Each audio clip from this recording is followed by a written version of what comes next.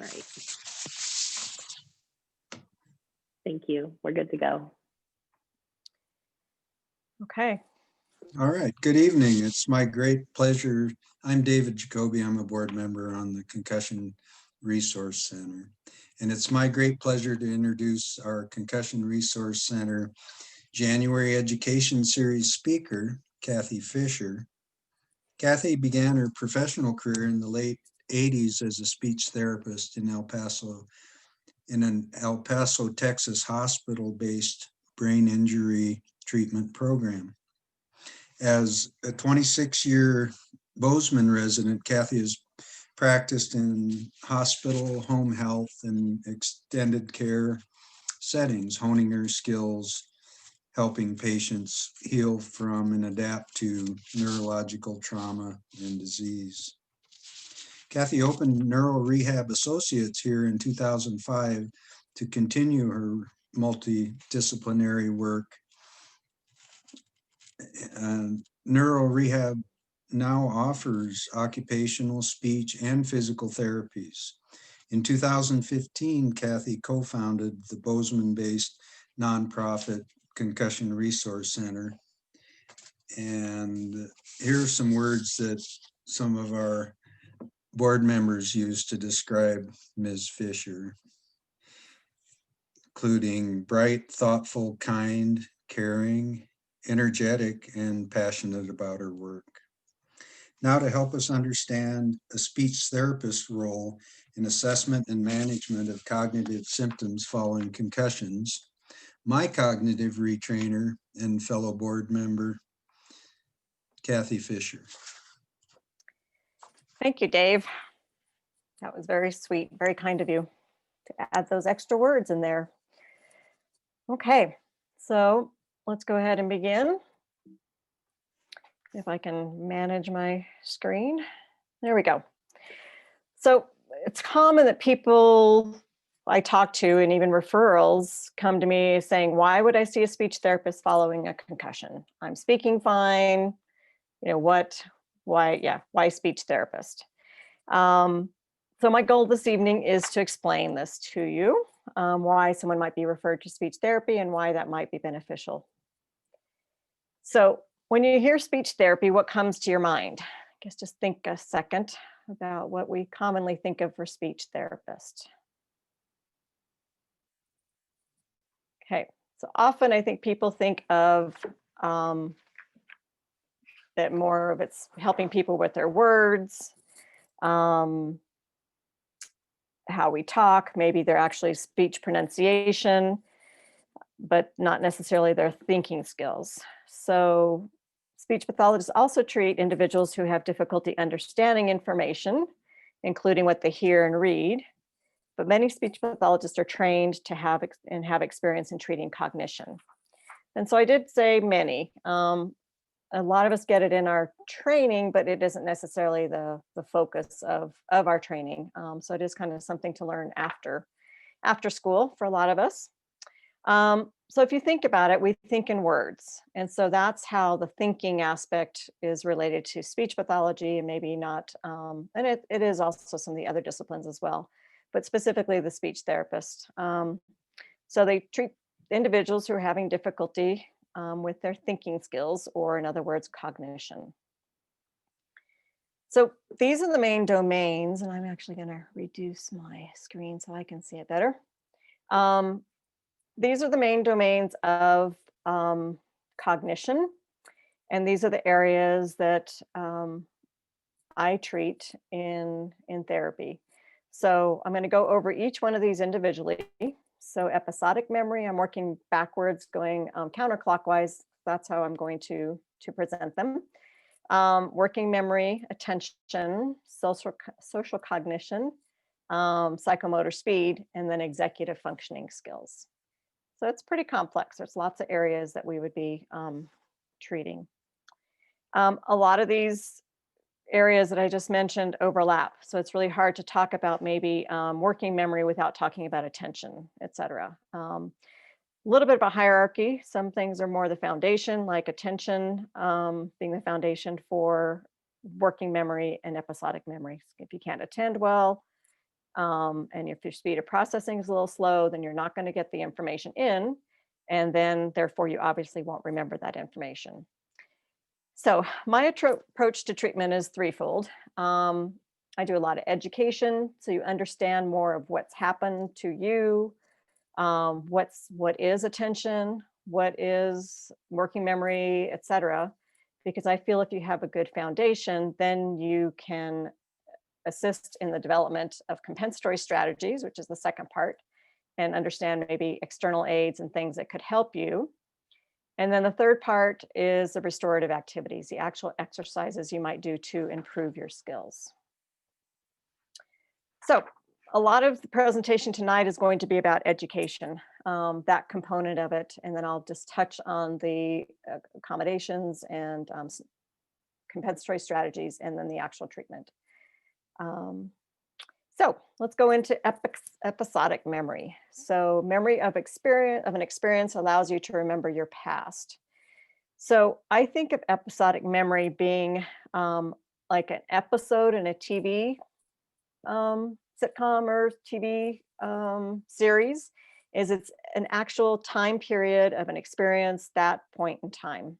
So that episodic memory. So it might be just even remembering a conversation that you had with somebody, remembering maybe going someplace, being someplace, etc. But a lot of times it seems to be more I didn't remember talking about this with somebody. So those episodes. So for example, kind of reiterating, it could be a conversation you had with someone, could be what you did yesterday, what you wore to a party, what you read. So if you're having difficulties with episodic memory, your new learning is affected. And I think of new learning being a type of memory, being able to learn new information. It's more difficult to remember new information you've learned. Most of the time, memories and experiences before the concussion are intact. Might be a little fuzzy, but they're there. It just is those new memories are harder to store and retrieve later. So going into the second part of the domains, so working memory. So working memory is a short-term memory system which holds information over a short period of time. So it's long enough to do something with it. It might be just that someone gives you their phone number or the address of where you're going, or the directions, and you're going to write them down. But it's just long enough to hold it and be able to write that information down. So what you're working with your memory, being able to, if that makes sense. So being able to hold it long enough, remember it long enough, but it's not necessarily that it's going to go to long-term memory and you're going to have to remember it for later. But this, once again, is very important for, if you think about it, new learning again, if you want to be taking notes in a class, that you can remember what the professor just said long enough to write it down. And well, attention, which we're going to go into next, then would be being able to pay attention to the next bit of information while you're writing down what the professor just said. But it's a very short-term working, like I said, working memory is very short-term. It's not going to be holding it for a long time. So working memory has a limited capacity for retaining information for a brief period while performing mental operations on that information. So if that makes sense. So you're going to hold that information long enough to write it down, or long enough for you to assess it, and maybe then later store it would be the next part of memory. Working memory is a multi-component system, which includes a central executive, visual spatial, sketchpad, phonological loop, and episodic buffer. Kind of a lot of information, but I go into this in a little bit more detail in therapy sessions. But thinking that there's a lot to it. So basically you need to be able to listen to it, think about what I need to hold on to, maybe even visualizing it, like that sketchpad, just holding it long enough to remember it for later. And then the other thing of phonological loop might be, if you've noticed that if someone says, say these 7 numbers, you kind of repeat them in your head as they're saying them, and that's that phonological loop. You can hear yourself, your self-talk, to hold that long enough to remember that information. And then once again, it's that episodic, so you can remember those episodes. So working memory is important for reasoning, learning, and comprehension.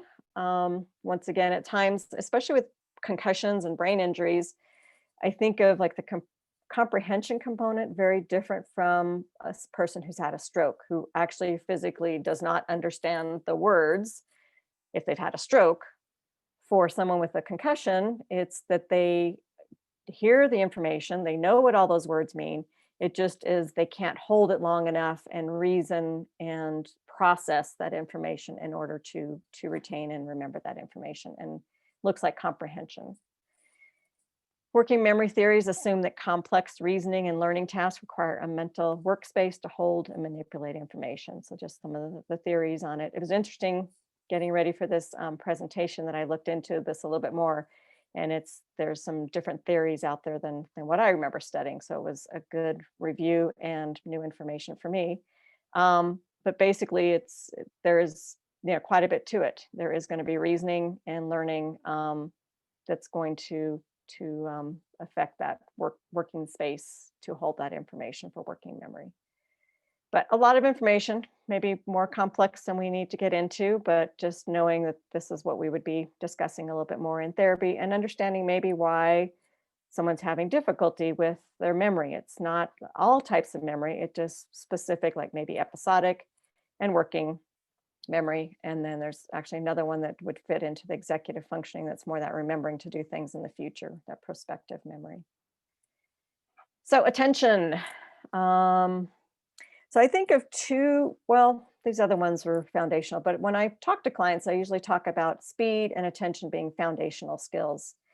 And meaning that if you are having difficulty with attention or difficulty with your speed of processing, you're not going to get that information in, and therefore it's not going to be there when you need to retrieve it and remember information. So attention is really important, and it's important to understand there's not just can I concentrate or not. There's different types of attention. This is a very basic, brief description. Sustained attention is pretty much what we think of when we think of concentration. For an extended period of time. I like the words that they used when they developed these processes. So just sustaining, maintaining your attention. And it can be really simple. It could be doing something very rote that's no big deal. You really don't have to use much effort to remember it. Or it could be a really difficult calculation that you need to come up with, or reading some new instructions, or following a new pattern that you really need to concentrate and sustain your attention. And so if it is an easy one, you can probably do it for a long time. If it's something that's more requiring a lot more effort, your sustained attention time will be shorter. You won't be able to maintain that attention for very long. It might be periods of 5-10 minutes, and then you can't pay attention anymore because it's just too much for your brain to process for that amount of time, with the challenge of the information that you're trying to pay attention to. And I go into that because I feel if you understand and say, okay, I'm going into something that's very complex, I don't expect to be able to pay attention for very long. I need to probably take a break after a few minutes, or these are the ways I could set up my environment to maximize my functioning. So by understanding these types of attention and your specific abilities, or the client's specific abilities, then they can set up their environment to be more successful. So another type of attention is selective. Once again, I like the word. So you're selecting, or you're being able to ignore distractions, and it overlaps with working memory. So selective attention, I use the word filtering, that you can filter out other noise. So if you'd be in a restaurant with another conversation going on at the next table, that you'd be able to ignore that extra sound and words, and be able to really pay attention to what's being spoken at your table. Or it could be even just trying to do something with the TV on or the radio on, but realizing what those distractors might be. And distractors could be internal or external. So thinking about maybe what would be internal distractors. That could be pain, could be headache, could be hunger, thirst, body temperature, and thoughts can be distracting, and that can be sometimes affecting our selective attention. External, I gave a lot of several examples: TV, radio, cluttered environment, too many things around you, a noise in a restaurant, etc. Could be the external distractors. And I didn't say it, but these tend to be, the way I've organized them is pretty much a hierarchy. That sustained tends to be the easiest, selective next, most challenging, alternating more, and divided the most. So alternating is being able to switch your attention. And after concussions, a lot of times it's really difficult to switch thought processes. I talk about sometimes mental flexibility, that if you can be, one way thinking, that's great. But if you have to switch over and think about something else or do something else, it's really hard.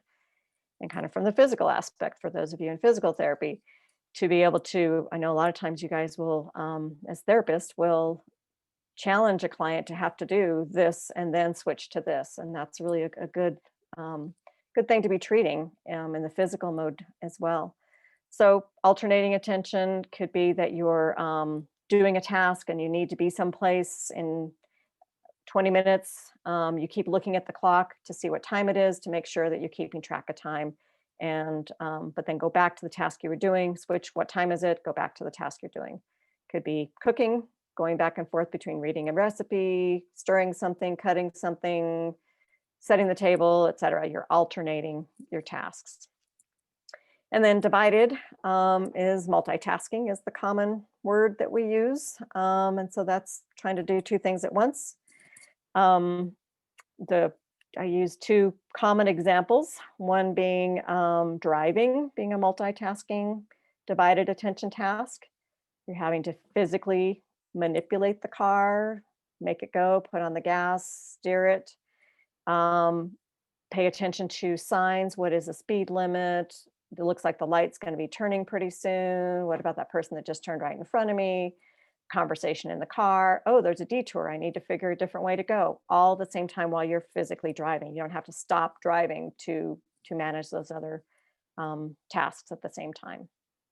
My other example I usually give is a student in class. And we kind of mentioned that as far as earlier about that new learning, that you have listen to information, you're writing that down. Now other information is being said and you have to write these words and hear these other words. And how do you do with processing different words at the same time? And it is most difficult to simultaneously do two tasks that are similar, like two verbal tasks and two motor tasks. It's easier if you do a verbal task and a motor task than trying to do simultaneously both of the same. Okay. Social cognition. And that's how people process, store, and apply information about themselves and other people in social situations. It focuses on the role cognition processes play on our social interactions. It's the way we think about ourselves and others, plays a major role in how we think, feel, and interact with the world around us. So for example, if you were getting ready for an interview, not only do you worry about the impression and signals that you're sending to the other person, you're also concerned about interpreting signs given by that person interviewing you. So being able to understand your environment, how what you do affects your environment, but also being able to read other cues in your environment. So much of this, all of the things we're talking about were pretty much automatic before a concussion, but afterwards it can be significantly affected. And you have to make a conscious effort to make sure that you are asking about someone else. How are you doing today? How was your day today? Instead of just basically in the survival mode of taking care of yourself and getting through the day. Okay. Sorry about the blurriness of this one, but looking at processing speed. So there could be visual. So for the receptive information coming in, could be visual, auditory, kinesthetic. And then our processing speed for expressive could be the written, spoken, and I can't even tell what the last one says, but maybe physical. So processing speed is the pace at which you take in information, make sense of it, and begin to respond. So this information can be visual, like letters and numbers. It can also be auditory, like spoken language. And some people have faster processing speed than others. But that, once again, I talked about this being the foundation, a foundational skill. One of the things I talk about with people is that it's not that they won't get the information and process it, it just takes longer to get that information.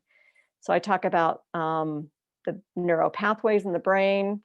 And if you're driving down a freeway, maybe in Denver, and there's an accident in one, maybe it takes up 2 lanes out of a 4 or 5 lane highway, it's going to slow things down. And so if some of your pathways are not working to process and get that information to where it needs to go, it's going to take longer to get there. It's not that it doesn't get there, it just takes longer to get there.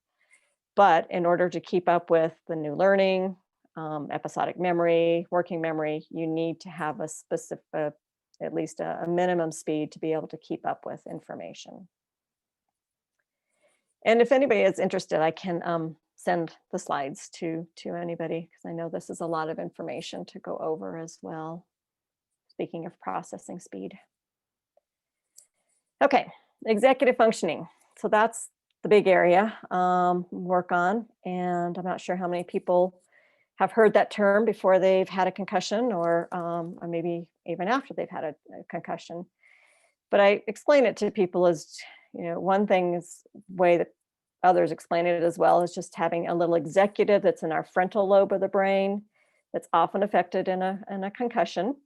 And it's that ability, thinking about what an executive does for a company. The executive is goal-directed, is good at planning, prioritizing, getting things started, finishing them, self-assessing after, how did that go? What would I do differently next time? And I haven't really gone through, exactly what's on the screen at this point, but I can touch on each one. But it is being able to do all of those skills.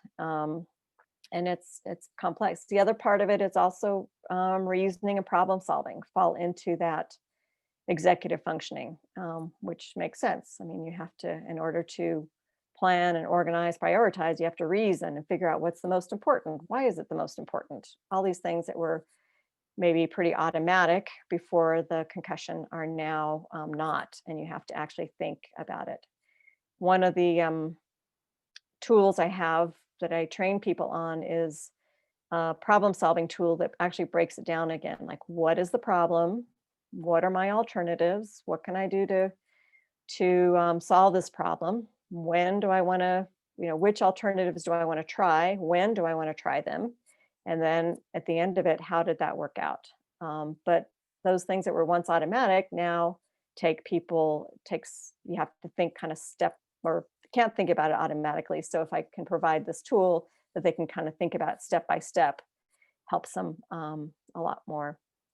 Kind of makes me think of one of the assessments that I used a lot in the past. I don't so much anymore, but it was trying to figure out a map to visit places in a zoo.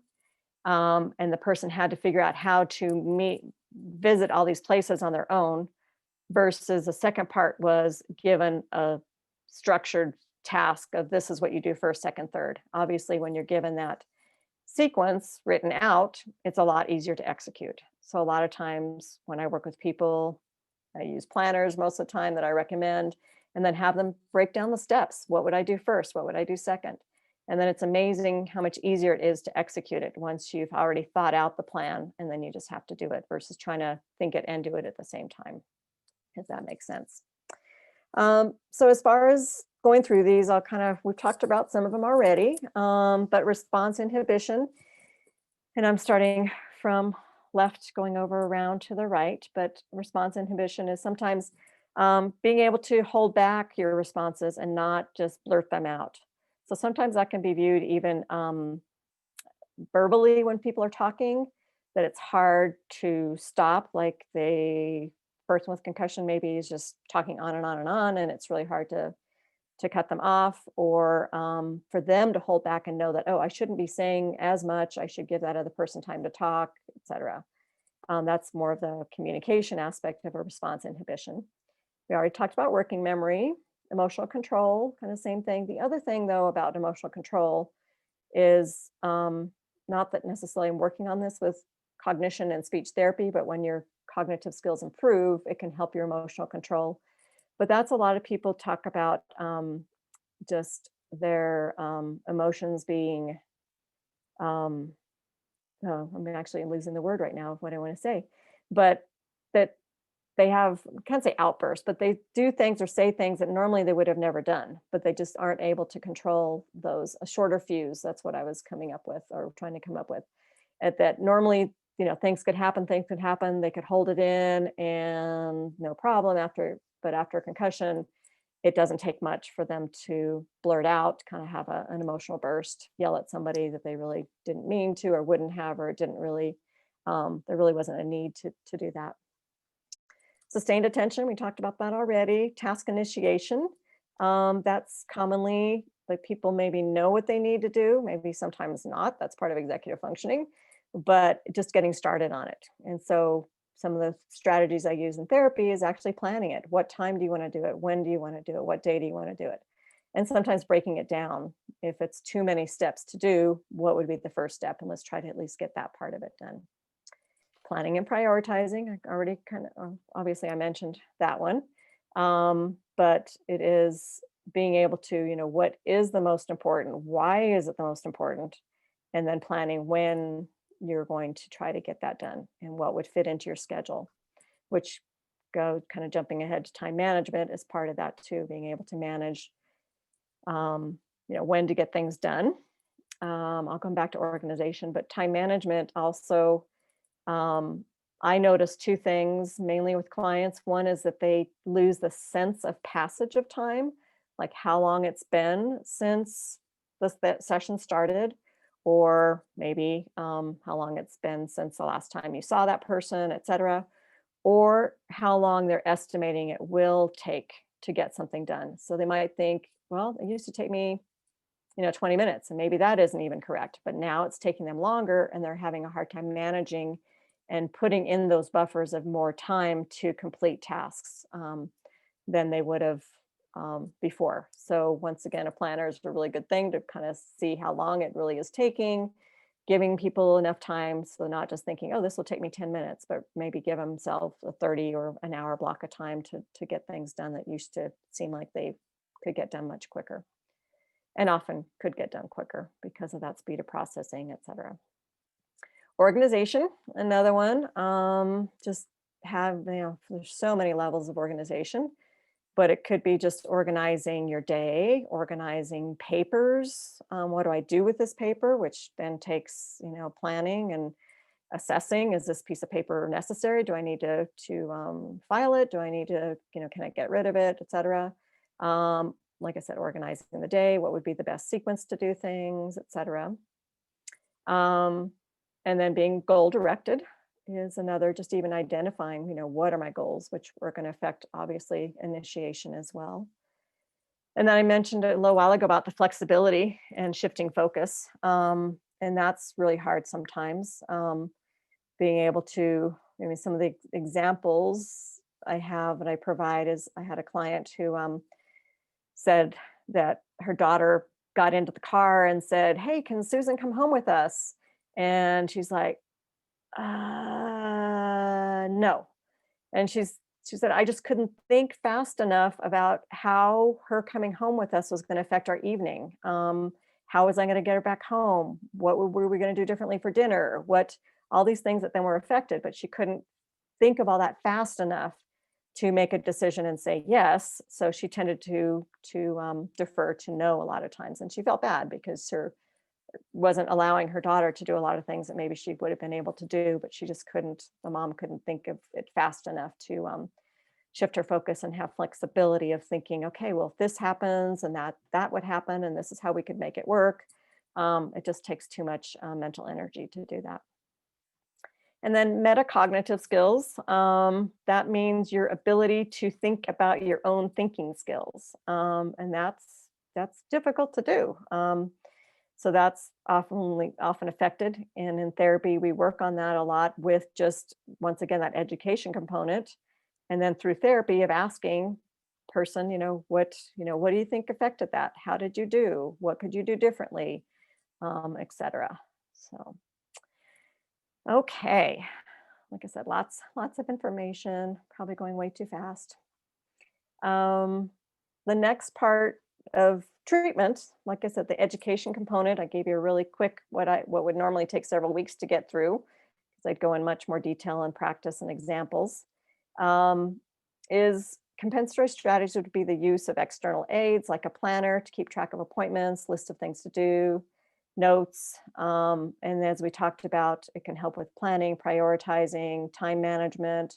So I really like to call it the planner to be an executive planner. It really helps with the executive functioning skills, not just remembering appointments, but really planning and organizing and being able to switch. You know, something happened, I can't do it then, when could I do it? Another just an example is there's a great LiveScribe pen, if people haven't heard of that, that records audio and synchronizes it with the written notes. I recommend that for a lot of the students I work with, and then we actually in therapy practice using it. But it's a really cool pen that has a little, I guess I could have brought that to show it to you, but it's a little bulky, but it has a little camera at the end of it, and you write on specific type of paper.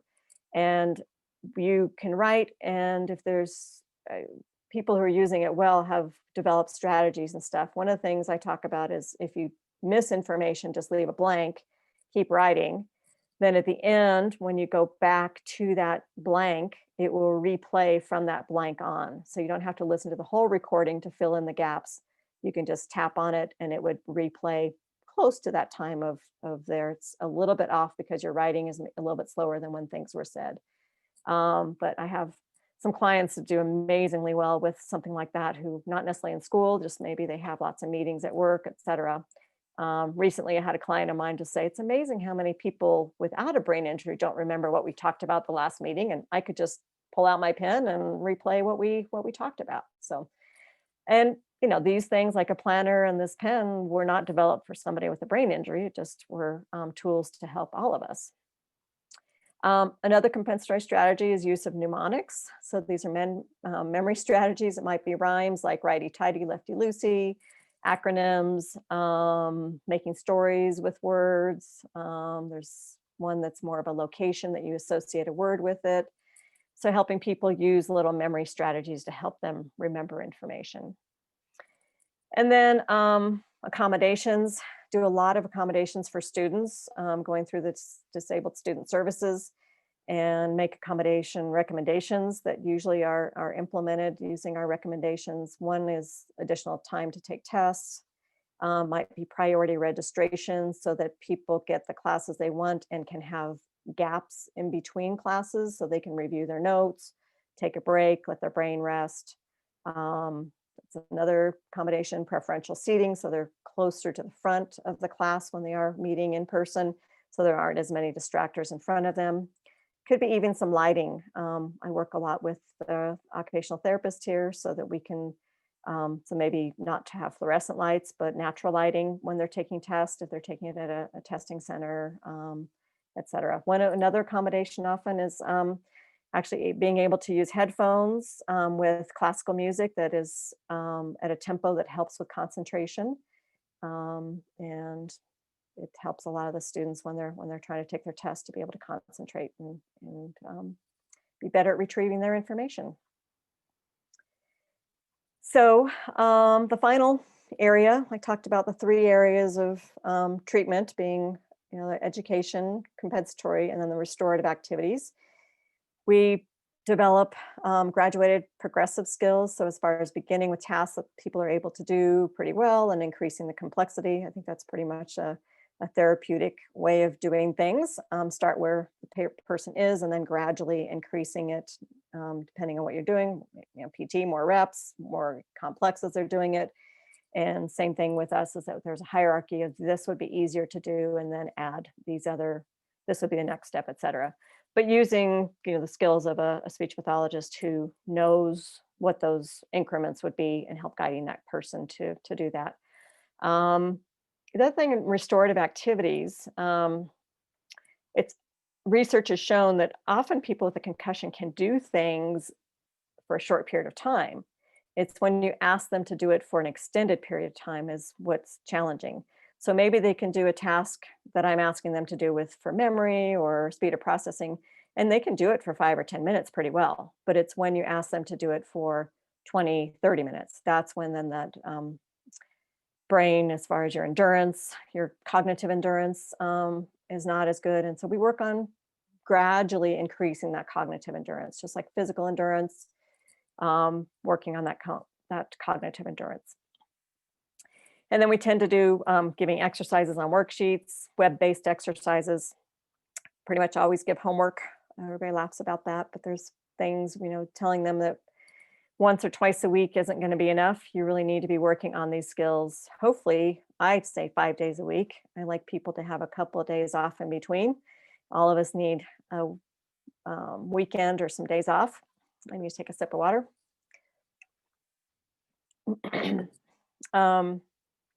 But doing exercises for a period of time so you can work on that mental endurance and increasing that endurance, but also doing it consistently over time. Usually I see clients who've had a concussion once, maybe twice a week. At the beginning, I might see them twice a week to really kind of get the ball rolling and get the treatment plan in place. But once a week isn't enough to really change anything. And I use the analogies of, physical. If you're trying to improve your endurance or strength, if you're just doing it once a week, you're not going to see much of an outcome, or progress with that. So you really need to do it pretty consistently to make those changes.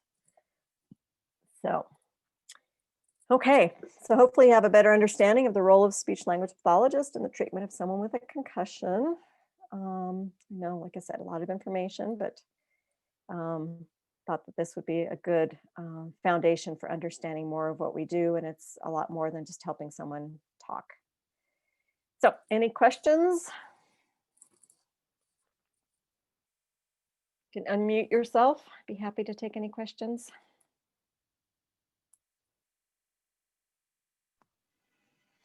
Cathy, I had a question.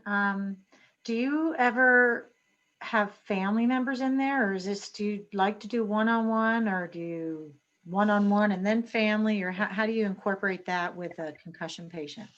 So I love to have family members in there. Obviously, it has to be the person allowing that if they're an adult. But I love it because then they can help carry over the information and have a better understanding themselves. Probably as you find out too, with concussion, even family members often don't understand, like, you look fine, you're talking fine, why don't you get on with your life? It seems like you're fine. So if they can understand and get this education as well, and I do give a lot of handouts, and I often recommend that people share them with their family members too, just if the person can't come in. And then I'm available by phone, text, whatever, to be able to incorporate the family into the treatment. It's just not always possible for people to do that, but I love it when family members want to attend. Anything else?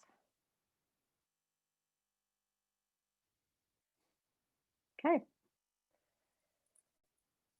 So yeah, so this has been recorded. So if anybody wants to go back over and listen to it again, portions of it, that's available, which is the nice thing. And then also to know that through the Concussion Resource Center, you can also, there's other talks that have been recorded. We actually just started recording during the COVID times, since we've been doing the education virtually.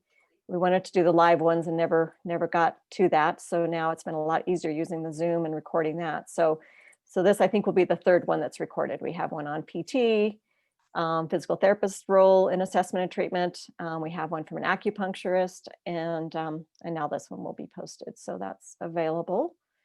And then to check out our website, the Concussion Resource Center website, to be able to find out more of what we offer and get on the newsletter that we just send out. Pretty much, we try to send out just one email a month. Sometimes it's two, like this month, but just so you know more of what we're doing, so you can be access the resources that we provide. And here's my contact information if anybody needs it through Neuro Rehab Associates. Okay. Well, thank you everybody for your attention. And we'll see you soon, maybe. Thank you, Cathy. Good. Thank you, Cathy. Thank you, Thanks. Cathy. Thanks, Cathy. Thank you. Thank you guys for attending. Yeah.